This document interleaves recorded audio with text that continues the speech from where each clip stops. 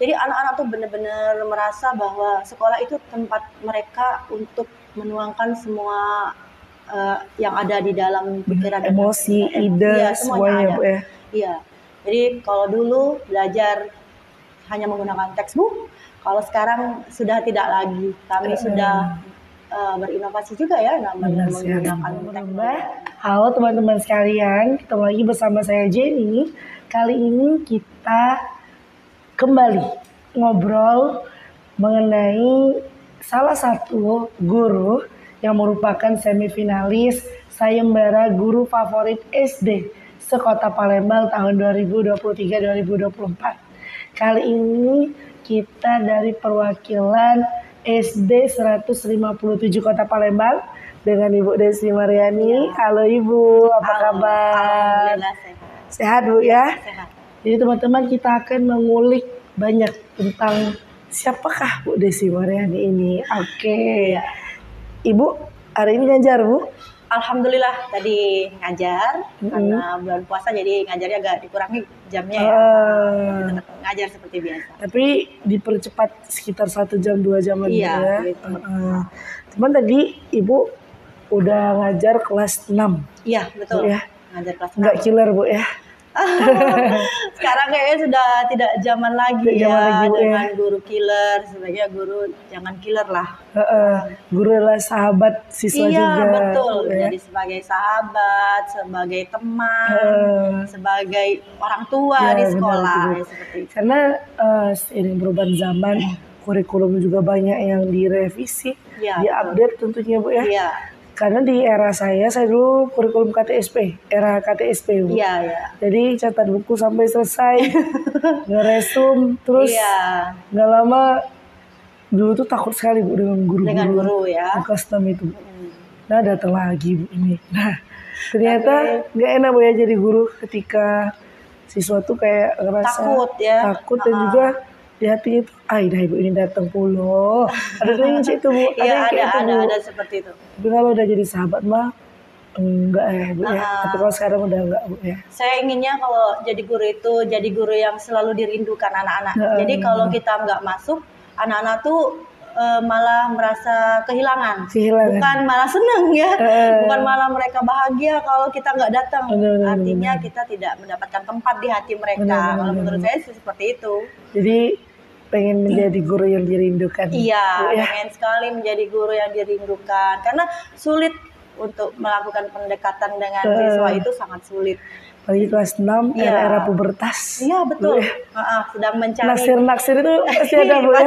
Pasti ada itu. Mereka sedang mencari jati diri. Kan? Sedang merasa bahwa yang paling hebat itu saya, yang paling cantik itu saya, kan? Paling ganteng saya. Merasa paling oke Bu ya? Iya di situ. Sekarang ini masa transisi. Lagi naksir itu biasanya Bu. Betul sekali. Nah, karena kita deket sama mereka, jadi mereka tuh suka bercerita. Saya rasa itu lebih baik daripada mereka di belakang kita. Benar-benar. Baik mereka bercerita, jadi kita tahu bisa mengontrol. Kan? Jadi Bu tidak salah dengan jatuh cinta, yang salah perilaku penyimpangannya itu. Iya, jangan sampai kita tidak bisa mengontrol mereka sehingga mereka salah dalam pergaulan. Jadi benar sekali. Ibu Desi. Iya. Sekarang sudah jadi guru. Iya. Udah PNS. Alhamdulillah. Bu ya. Kalau kita mengulik sesuatu yang di belakang, pasti tidak mudah di posisi yang sekarang. Pasti ada perjalanannya lah Bu ya. Betul sekali. Entah susah, tidak susahnya tetap ada perjalanan. Betul sekali. Nah itu bagaimana Bu bisa sampai di posisi ini Bu? Iya, saya awalnya dulu memang sebenarnya bukan cita-cita saya kan untuk menjadi guru tadi bukan cita-cita. Menjadi seorang guru. Iya, bukan cita-cita saya. Apakah cita-cita Bu Desi? Apa Bu? Cita-cita saya sebenarnya saya pengen sekali mengumpulkan banyak uang kalau kerja di perusahaan ya, perusahaan asing terutama. Jadi pengen kerja di perusahaan. Iya, Oke, Bu Desi. Namun rupanya sulit ya. Mungkin memang bukan jalannya di sana. Karena susah sekali untuk mendapatkan pekerjaan itu, maka kebetulan ada tawaran untuk les private kan. Waktu itu saya ngambil jurusan bahasa Inggris. Bahasa Inggris. Iya, jadi sebenarnya bukan keguruan tapi saya akhirnya mengikuti tadi jalan itu tadi saya ambillah private itu untuk pikir saya kan untuk mengumpulkan uang dulu ya, biar untuk lamar kerja kan butuh uang kan. Ternyata lama-lama saya mencintai jadi profesi itu setelah saya juga ditawarkan untuk menjadi tenaga honorer di sini. Jadi guru bahasa Inggris. Di mana itu, Bu? Pertama dulu kan sekolah ini ada beberapa sekolah. Dulu saya di sekolah di lingkungan sini, tapi nama sekolahnya SD 38. SD Negeri 38. Itu saya mulai di tahun 2002. Jadi guru bahasa Inggris. 2002. Iya, 2002. Sudah jadi guru bahasa Inggris. Sudah guru bahasa Inggris. Saya baru lahir. Iya. Dan saya sudah mulai udah mulai meniti karir, pusing ya mikirin uang ya. Jadi makanya saya mulai menjadi guru memang sulit sekali ya, karena itu bukan basic kita. Kita nggak pernah belajar psikologi anak. Yang kita pelajari kan bagaimana bekerja di kantoran, tapi sekarang kita harus menghadapi anak-anak yang punya macam-macam karakter. Jadi bahasa Inggris hospitality berarti, Bu ya? Yang kepelayanan publik itu, Bu? Iya, seperti itu. Jadi bukan untuk mengajar kan, tidak ada itu basicnya. Tapi memang sempat pengen menyerah karena bayangkan anak kecil-kecil itu ya, kadang-kadang mereka ribut. Kita yang kekuras energi. Iya, saya terkuras energi. Saya pikir dengan teriak-teriak mereka bisa diam, bisa tenang. Ternyata tidak seperti itu. Tapi karena bantuan dan motivasi juga dari guru-guru senior, mereka memberikan saya masukan agar saya bisa mengajar yang baik, menguasai kelas bagaimana. Akhirnya lama-lama ya, memang tidak cepat ya, lama juga saya akhirnya bisa dan sudah benar-benar jatuh cinta, sehingga akhirnya tidak lagi memikirkan yang lain-lain. Kalau ibaratnya tuh, kalau di sinetron benci jadi cinta. Iya, benci dari cinta. Betul sekali.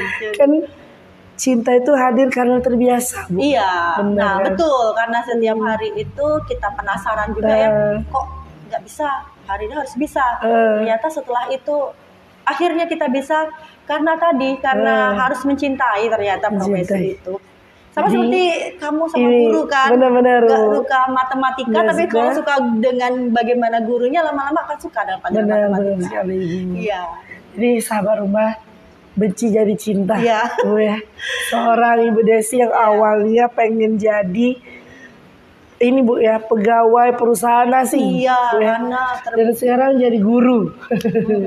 Gak apa-apa, Bu, kita menciptakan sumber daya manusia yang bisa bersaing dengan tenaga asing tentunya. Mungkin akhirnya siswa saya lah nanti yang akan meneruskan cita-cita saya. Cita-cita seorang Bu Desi, benar. Betul sekali. Ibu, kalau tadi kan udah bahas yang tentang yang kemarin, yang dulu-dulu. Iya. Bu ya. Tentu di sekarang udah bersyukur banget, Bu ya. Alhamdulillah sudah di posisi ini. Iya, betul. Nah, pasti pas sudah jadi guru bertemu dengan siswa. Iya. Kelas 1, 2, 3, 4, 5, 6 kan setiap stepnya itu memiliki psikolog yang berbeda-beda, Bu. Betul. Apalagi kelas 6 yang pubertasnya lagi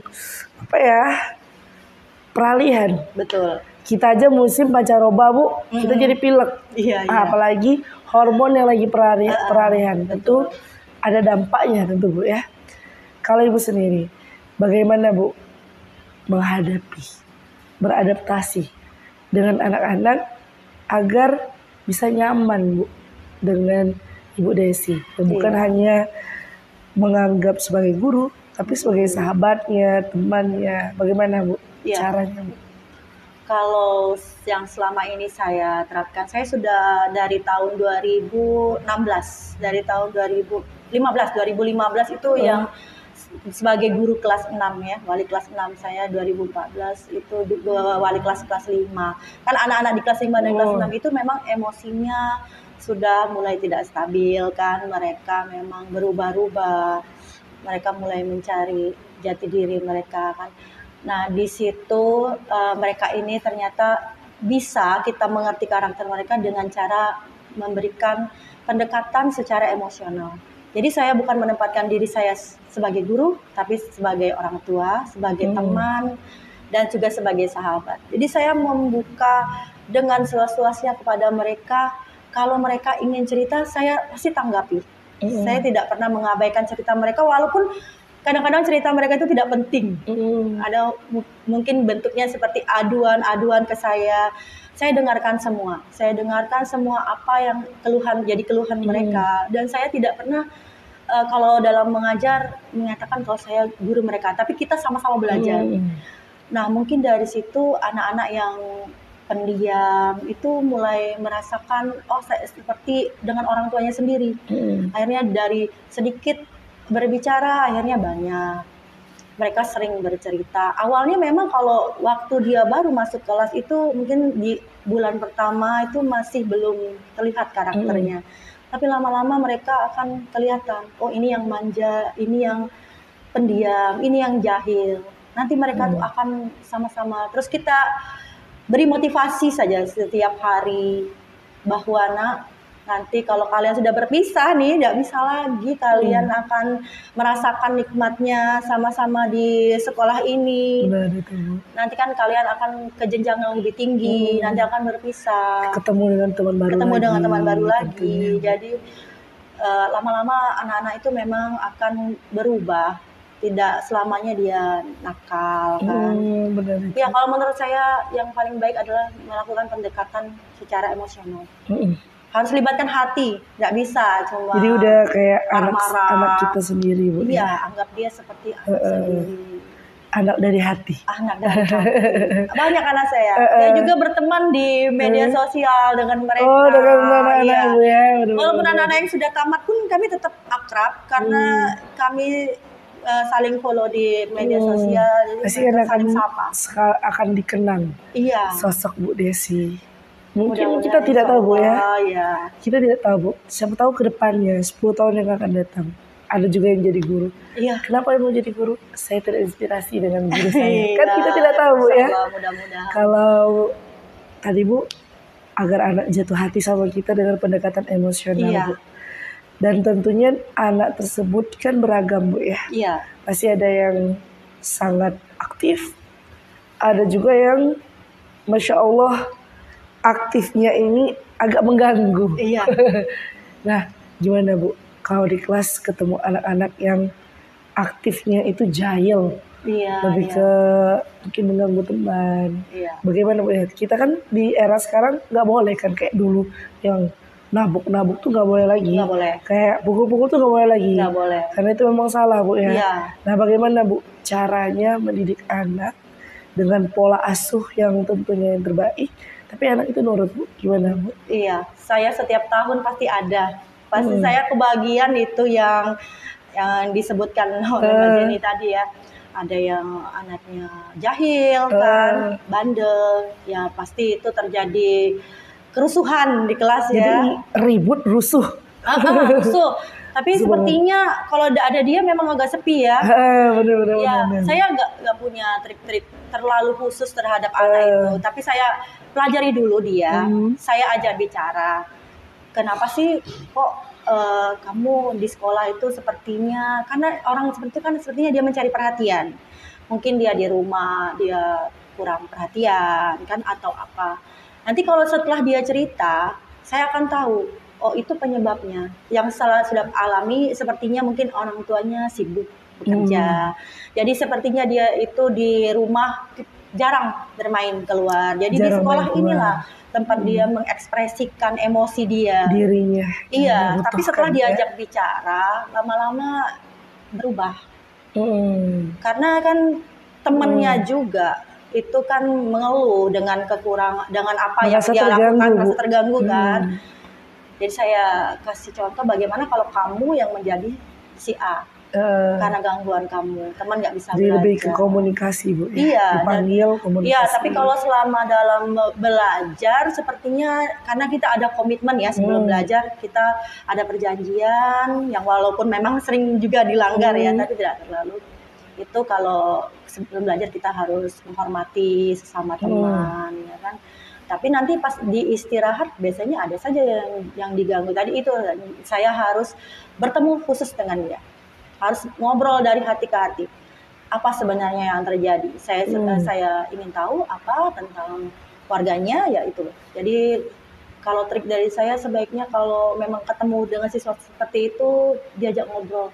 Jangan dimarah-marah, karena semakin dimarah dia akan semakin berontak. Semakin ini Bu diteruskan ya. Iya, mungkin dia memang butuh perhatian karena dia memang tipenya seperti itu. Jadi kalau udah dari hati ke hati kan bisa memahami Bu anak tersebut Bu ya. Iya. Oh ya Bu, kita udah menghadapi anak-anak Bu ya. Dari segi kurikulum aja udah berubah-ubah. Iya betul. Berapa lama Bu mengajar tadi? Ada 10 tahun. Saya kalau dari honorer ya sudah 20 tahun. Nah 20 tahun Bu ya. Jadi sejauh itu Bu pasti ada perubahan-perubahan pola ajar, pola asuh anak yang terus upgrade Bu ya. Kalau menilik dari yang lalu sama sekarang, apa Bu perbedaannya? Kalau dulu mungkin ya kalau kita masih saya mengalami yang namanya KTSP ya anak-anak dulu ya, memang kita lebih banyak memberikan tugas ke anak ya. Terus kita pindah lagi ke K13. K13 mulai kita membangun karakter anak, tapi tetap saja masih mungkin ada ya anak-anak memang sudah mulai itu berpikir kritis, kan kita terus menggali ya. Kalau yang di Merdeka ini kebetulan saya di kelas 6 ini masih ketemu tetap di K13. Belum saya sampai ke kurikulum Merdeka, tapi alhamdulillah kita guru ini sudah tidak lagi menggunakan sistem pukul ya, bentak ke anak-anak kan. Jadi kita hanya membuat bagaimana anak-anak itu merasa bahwa sekolah itu tempat rumah kedua mereka. Tempat yang nyaman. Tempat yang nyaman. Jadi belajar itu benar-benar nyaman. Ya itulah paling kalau dari segi karakter ya, anak-anak dibiarkan untuk berekspresi. Dia bebas untuk berekspresi, berinovasi kan. Jadi anak-anak itu jangan dikekang. Ya itu. Kalau dalam segi cara belajar, mungkin sekarang lebih banyak menggunakan teknologi dibandingkan zaman dulu. Iya, lebih banyak menggunakan IT. Ternyata belajar menggunakan IT itu lebih menyenangkan kan. Anak-anak nggak bosan kan. Apalagi kalau di kurikulum Merdeka sepertinya ada ice breaking segala macam. Jadi anak-anak tuh benar-benar merasa bahwa sekolah itu tempat mereka untuk menuangkan semua yang ada di dalam pikiran, emosi, ide, semuanya Bu ya. Iya. Jadi kalau dulu belajar hanya menggunakan textbook, kalau sekarang sudah tidak lagi. Kami sudah berinovasi juga ya, namanya menggunakan teknologi. Kan tadi udah membahas soal metode pelajaran yang sekarang udah melek teknologi Bu ya. Betul. Udah banyak. Kemudian ada lagi mungkin sumber daya manusianya juga berbeda Bu ya. Di zaman dulu sama sekarang. Apa Bu yang rasa yang paling signifikan? Tapi kalau menurut saya ya, kalau anak zaman dulu, seperti kata Mbak Jenny tadi kan, mungkin dengan guru jauh lebih sopan santunnya, lebih baik ya. Lebih takut ya. Beda dengan anak sekarang, karena ya mungkin karena dia merasa kita tadi sudah membuka jadi teman, jadi tapi dari mereka.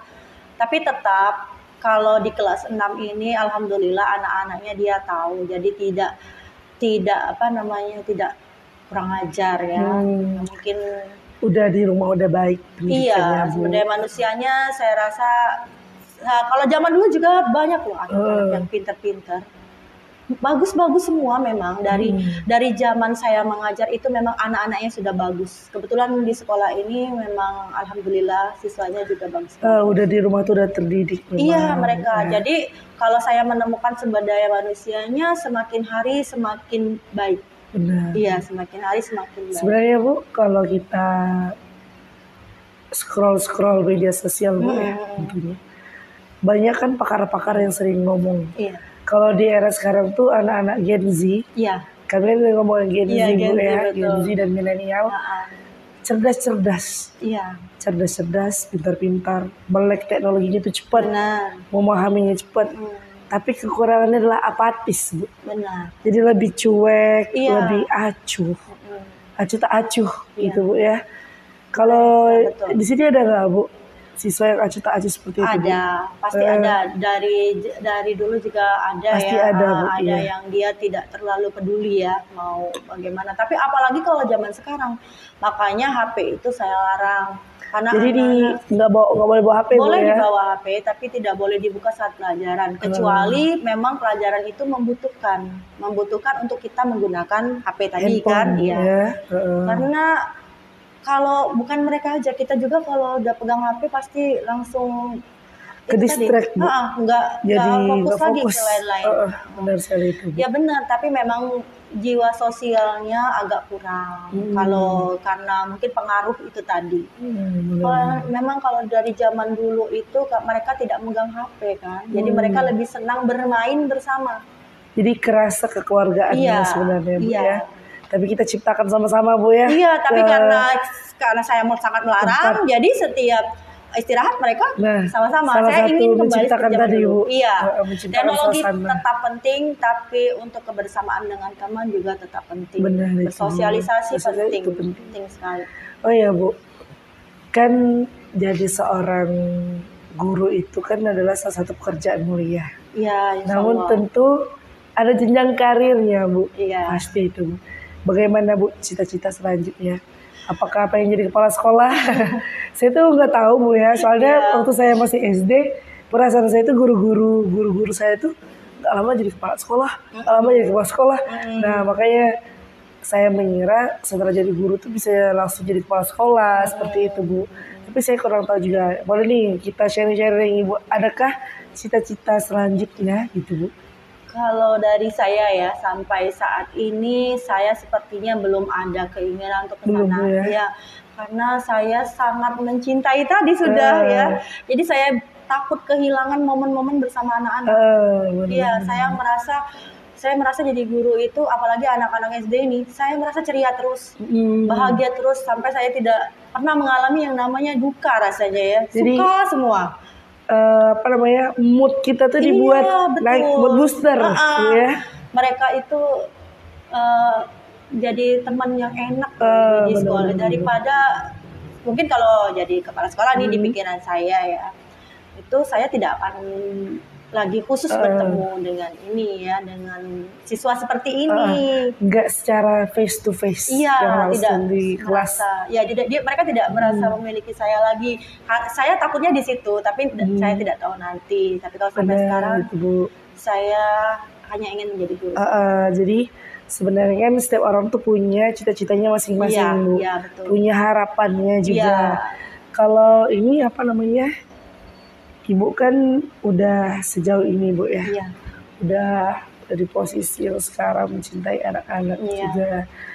Kalau Ibu sendiri, pasti kita kan ada masa pensiun ya, Bu. Iya. Saat itu di 60 tahun, ya kan, Bu, ya. Sudahkah terencana di diri Ibu, saya mau ngapain di usia itu? Atau mungkin pengen jadi ibu kos? Iya. Atau pengen jadi ibu, menjadi seorang, pasti udah punya cucu insya Allah. Mungkin punya ponaan pasti udah ada itu, Bu, ya. Nah, jadi apa Bu saat itu pernah nggak terlintas pengen seperti apa? Saya mungkin ya, kalau kita mau ini aja ya, berandai-andai ya. Kalau nanti saya sudah pensiun, kayaknya saya nggak bisa itu berdiam diri. Karena saya kalau libur aja sudah, kapan ya ini sekolah lagi. Ibunya nggak sabar, Bu, ya. Sebenarnya anak-anak juga nggak sabar, Bu. Sebenarnya. Cuman kadang-kadang kan ada HP aja, nggak lupa itu, Bu. Iya, saya sebenarnya nggak bisa berdiam diri, tapi saya belum tahu mau apa ya. Mungkin mau kemana? Ya, mau kemana. Yang jelas saya menjalani sekarang dulu, bagaimana agar pensiun saya nanti penuh kebahagiaan, anak-anak itu tetap cinta saya walaupun saya nggak sedang kita tidak tahu, Bu, ya. Siapa tahu nanti kedepannya Ibu akan mengajar anaknya, anak murid Ibu. Seperti betul, saya aja contohnya, Bu. Kami 3 bersaudari, perempuan semua. tiga-tiganya itu diajar oleh gurunya mama dan papa. Kita nggak tahu ya. Iya. Kita nggak tahu ke depannya seperti apa. Karena sampai umur 60 kan. Iya. Oh iya Bu. Kalau Ibu lulus PNS berarti Bu ya? Iya, tahun 2014. 2014 PNS. Di Ibu udah jadi PNS. Ada saat itu gimana Bu? Soalnya berarti masih koran ya Ibu ya? Iya masih yang lingkar-lingkar ya. Lingkar ya, pengumumannya masih di koran. Iya betul. Betul kan Bu ya? Era lama banget ya Bu, Ibu ya ternyata ya. Iya. Saat itu kami 2014 masih usia 13 tahun. Setelah SMP. Iya. Sedangkan saya sudah jadi PNS sudah pusing mikirin mau jadi PNS ya. Saat itu Bu pasti ada prepare kan Bu ya? Iya. Gimana Bu persiapan untuk jadi PNS saat itu? Kalau dulu kan belum familiar dengan yang namanya internet ya, belum ada ya, belum ada kayaknya ya, YouTube itu ya, saya belum terjangkau ke situ. Jadi beli bukunya, belajar dari situ. Belajar dari buku. Iya, belajar dari buku psikotes kan. Tapi saya juga dulu kan belum ramai juga kursus-kursus ya. Kalau sekarang kan sudah ada kursus, belajar dari online, offline, ya, ada semua banyak. Jadi cuma buku itulah. Ada buku persiapan CPNS saya beli berapa itu? Ketekunannya Bu ya. Iya, karena kalau kita ada keinginan, insya Allah ada jalan. Tapi harus ikhtiar. Tadi itu nggak boleh kita berpikir yang negatif-negatif. Nanti tidak lulus, saya pikir aja insya Allah lulus. Insya Allah kalau rezeki kita lulus. Iya, betul. Oh iya Ibu, kami kan kaula muda ini. Iya. Apalagi di usia yang ke-22 tahun, saya udah 2 Bu ya. Pasti ada apa ya? Kayak kebingungan Bu. Mungkin teman-teman sahabat rumah juga mungkin sama. Iya. Ada yang lagi kuliah FKIP, ada yang lagi TPG, ada yang lagi honorer, Bu ya. Ada nggak Bu motivasi untuk kami kaula muda bagaimana untuk terus semangat menjalani karirnya? Boleh Ibu, silakan Ibu. Iya ya, kalau generasi yang sekarang ini disebut Gen Z ya. Iya. Gen Z ini kan orangnya mudah patah semangat. Mudah meleot. Iya. Nah, itu. Iya, beda dengan kami ya. Kalau kami dulu mental baja. Bagaimanapun tetap harus dapat. Nah, kenapa tidak kalian mengikuti bagaimana kami dulu ya? Jangan menyerah. Kalau cuma sekali gagal itu tidak masalah. Jadi kan pelajaran. Jadi kalau memang gagal berarti memang bukan rezeki di sini. Mungkin kalau dapat di sini tidak akan baik untuk kita. Legowo Bu. Iya, harus legowo. Mungkin kalau mau ikut tes apa CPNS, BUMN kan sekarang banyak loh dibuka kursus offline, online. Banyak sekali jalan kalian itu untuk mudah sekali sekarang untuk pendaftaran. Jadi sahabat rumah, kalau kata Bu Desi, kita harus bermental baja. Iya, dan harus semangat Bu ya. Tidak boleh menyerah. Baru sekali gagal. Saya berkali-kali gagal. Tetap semangat. Jadi dulu Bu tes PNS itu berapa kali Ibu? Saya bukan 1 kali, itu saya pernah sampai ke Pagar Alam ya, ke Indralaya. Penempatannya itu Bu ya. Iya, saya cari yang mana yang sesuai dengan ada peluangnya. Iya, ada peluang dengan formasi saya kan.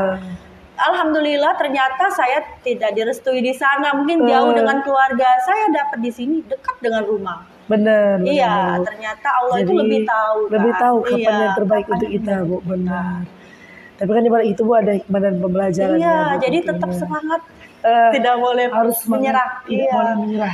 Baru sekali 2 kali gagal itu biasa. Nanti jadi pembelajaran dan jadi sejarah dalam hidup. Cerita nih ke anak. Kemarin berapa kali gagal. Udah jadi hal yang lucu kadang-kadang Bu ya. Cerita lucu, atau kita jalannya sedih-sedih kemarin. Betul, pikiran pun harus positif. Kalau positif insya Allah nanti bisa. Karena kan Allah itu seperti apa yang kita katakan. Benar. Bu Desi, pasti ada momen, entah momen lucu atau momen apa gitu Bu di kelas. Boleh Bu diceritakan dulu. Kalau yang pernah saya alami yang paling lucu menurut saya ya kalau itu, tapi waktu saya masih ngajar bahasa Inggris ya, itu Pengajar kelas 1 namanya ya. Jadi anak-anak itu kita lagi asik namanya ngajar kan. Ternyata ya ada yang berak di celana misalnya kan. Ya menurut saya jadi ini Bu ya. Jadi di situ rasanya ya Allah, aku belum punya anak, saya masih gadis ya, tapi aku harus membersihkan yang anak lain. Tapi ternyata ya itulah namanya cerita. Tapi kalau setiap hari juga memang banyak sih cerita-cerita lucu. Cuman ya kalau di kelas 6 ya mereka sudah bisa sendiri. Ya. Anak kelas 6 udah mandiri Bu. Iya sudah mandiri. Masuk SMA, cerita lucu mereka paling-paling ada yang nangis-nangis karena diputusin katanya. Saya nggak tahu kapan jadian. Aduh anak SD. Iya. Saya yang kuliah aja masih jomblo. Iya, saya tidak tahu kapan mereka jadian. Atau mereka sudah nangis-nangis kan. Benar, Bu. Mereka curhat ke saya. Kapan jadian kok saya sudah langsung putus kan. Ya, begitulah memang anak ada hal-hal yang lucu Bu ya. Iya, bisa kita ambil petik bersama. Oke. Ibu terima kasih Bu untuk motivasi, inspirasi dan berbagi cerita kepada kami di sini dan sahabat Rumba di rumah tentunya. Iya. Jangan lupa di like video Ibu Desi kali ini dan sampai habis karena daging semua ini. Ceritanya itu adalah inspirasi khususnya untuk kita kaula-kaula muda, remaja-remaja yang sekarang lagi berproses Bu tentunya Bu ya. Sedang berproses semua Bu kami ini Bu. Mohon doanya juga Bu, sukses teman-teman sahabat rumah tentunya di rumah. Baik, terima kasih Ibu, terima kasih para teman-teman sekalian. Saya Jenny dan Ibu Desi. Ya, saya Desi. Kami pamit undur diri. Salam rumah.